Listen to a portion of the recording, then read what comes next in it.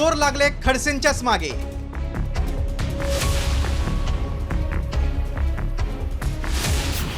जळगावच्या घरातून सोनं आणि रोकड लंपास। पेट्रोल पंपानंतर आता घरावरही दरोडा। राष्ट्रवादीचे आमदार आणि ज्येष्ठ नेते एकनाथ खडसे सध्या राजकीय विरोधकांमुळे नव्हे तर चोरांमुळे बेजार झाले, कारण जळगावच्या शिवरान नगर मधील त्यांच्या घरावर दरोडा पडलाय। खडसेंच्या घरातून 7 तोळ्याच्या 4 अंगठ्या, 1 किलोची चांदीची गदा, चांदीचं त्रिशूळ, 1 किलो 200 ग्रॅमचे 6 ग्लास, 2 किलोची तलवार आणि 35,000 रुपयांची रोकड लंपास करण्यात आली आहे। घर बंद असताना ही घटना घडली, मात्र त्यामुळे शहरात खळबळ उडाली आहे। चोरटे परिसरातील एका घराच्या सीसीटीव्ही कॅमेऱ्यात कैद झालेत।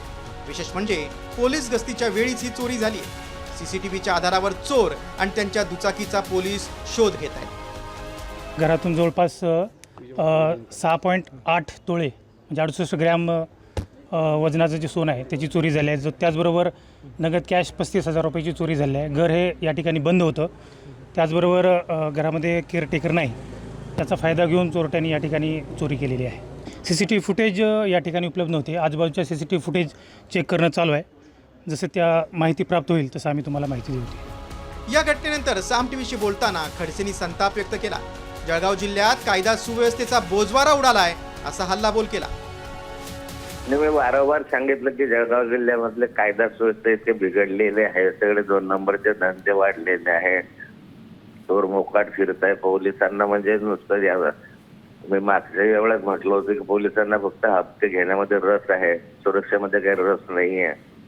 एकंदरीत या माझी स्थिती नाहीये, पण अलीकडच्या कालखंडामध्ये इतक्या मोठ्या प्रमाणावर चोऱ्या दरोडे झाले की पोलिसांचा धाक राहिलेला नाही। विशेष म्हणजे काही दिवसांपूर्वी खडसेंच्या सून केंद्रीय राज्यमंत्री रक्षा खडसे यांच्या मालकीच्या मुक्ताईनगर येथील पेट्रोल पंपावर बंदुकीचा धाक दाखवून दरोडा पडला होता।